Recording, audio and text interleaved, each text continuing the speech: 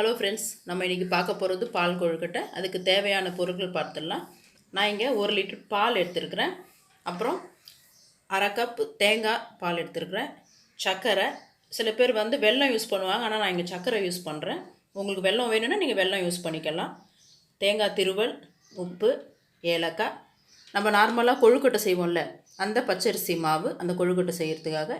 இப்போ வாங்க நம்ம எப்படி செய்கிறதுன்னு பார்க்கலாம். ஓகே ஃப்ரெண்ட்ஸ், இப்போ நம்ம மாவு ஃபஸ்ட்டு ரெடி பண்ணி வச்சிடலாம். அதுக்கு எடுத்துருக்கிற 1 கப்பு மாவை நான் இதில் ஆட் பண்ணிக்கிறேன்.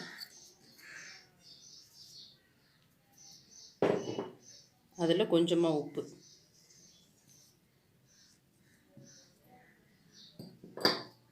அப்புறம் 1 ஸ்பூன் நெய். இங்கே நான் அந்த இப்போ அளவு எடுத்துருக்கோம்ல அந்த மாவு அளவுக்கு அதில் 1.5 பங்கு அளவுக்கு சுட தண்ணி, நான் நல்லா கொதிக்கிற சுட தண்ணி சுட வச்சு வச்சுருக்கேன். அதை இந்த மாவில் கொஞ்சம் கொஞ்சமாக மிக்ஸ் பண்ணி அதை பிசைஞ்சிக்கணும்.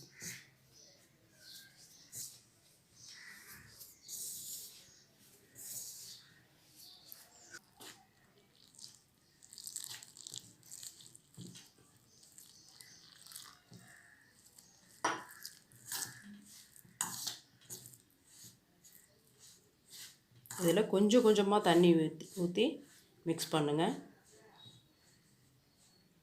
ஏன்னா அப்புறம் தண்ணி அதிகமாகிடுச்சுன்னா திருப்பி மாவு போட்டு பிசைகிற மாதிரி இருக்கும். அதனால் ஃபஸ்ட்லேருந்தே கொஞ்சம் கொஞ்சமாக தண்ணி ஊற்றி மிக்ஸ் பண்ணிக்கோங்க.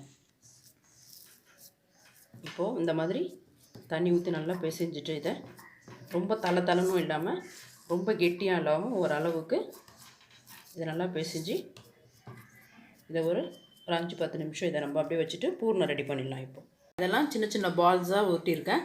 அப்புறம் இந்த மாதிரி ஷேப்பில் நான் பண்ணியிருக்கேன். உங்களுக்கு எது வேணுனாலும் நீங்கள் பண்ணி எடுத்துக்கலாம். இப்போ இதை நம்ம பாலில் போட்டு வேக வச்சு எடுத்துக்கலாம். இப்போ நம்ம ஒரு பாத்திரத்தில் எடுத்து வச்ச அந்த 1 லிட்டர் பாலை ஊற்றிக்கலாம். இது கூடவே ஒரு 2 கிளாஸ் அளவுக்கு தண்ணி ஆட் பண்ணிக்க. ஏன்னா நம்ம பால் கொழுக்கட்டையை இதில் தான் போட்டு வேக வைக்க போகிறோம். இது நல்லா சூடேறட்டும். பால் நல்லா இப்போ நமக்கு காஞ்சி வந்திருக்கு. இப்போ உருட்டி வச்சுருக்கிற அந்த கொழுக்கட்டையை நம்ம இதில் போட்டு வேக வைக்கலாம். இப்போது நம்ம பிடிச்சி வச்ச எல்லா பால் கொழுக்கட்டையும் இதில் போட்டுட்டோம். இப்போ இது நல்லா இதில் வேகணும். இந்த பாலில் வேகிறதுனால நல்ல ஒரு டேஸ்ட்டு கிடைக்கும் நமக்கு. அதனால தான் நம்ம இதை பாலில் செய்கிறோம். இப்போ நம்ம போட்ட கொழுக்கட்டையெல்லாம் நல்லா வெந்துடுச்சு. இந்த சமயத்தில் பால் ஆட் பண்ணிக்கிறோம். தேங்காய் பால் ஆட் பண்ணிவிட்டு கூடவே ஏலக்காய், அப்புறம் எடுத்து வச்சிருக்கிற சர்க்கரை.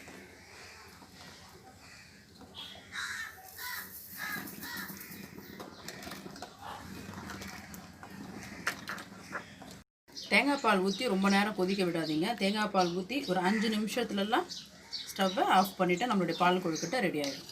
இப்போது நம்ம எடுத்து வச்சுருக்க தேங்காவை போட்டுட்டா நம்மளுடைய பால் கொழுக்கட்டை ரெடி ஆயிடுச்சு. ஃபுல்லாக ட்ரான்ஸ்ஃபர் பண்ணிக்கலாம்.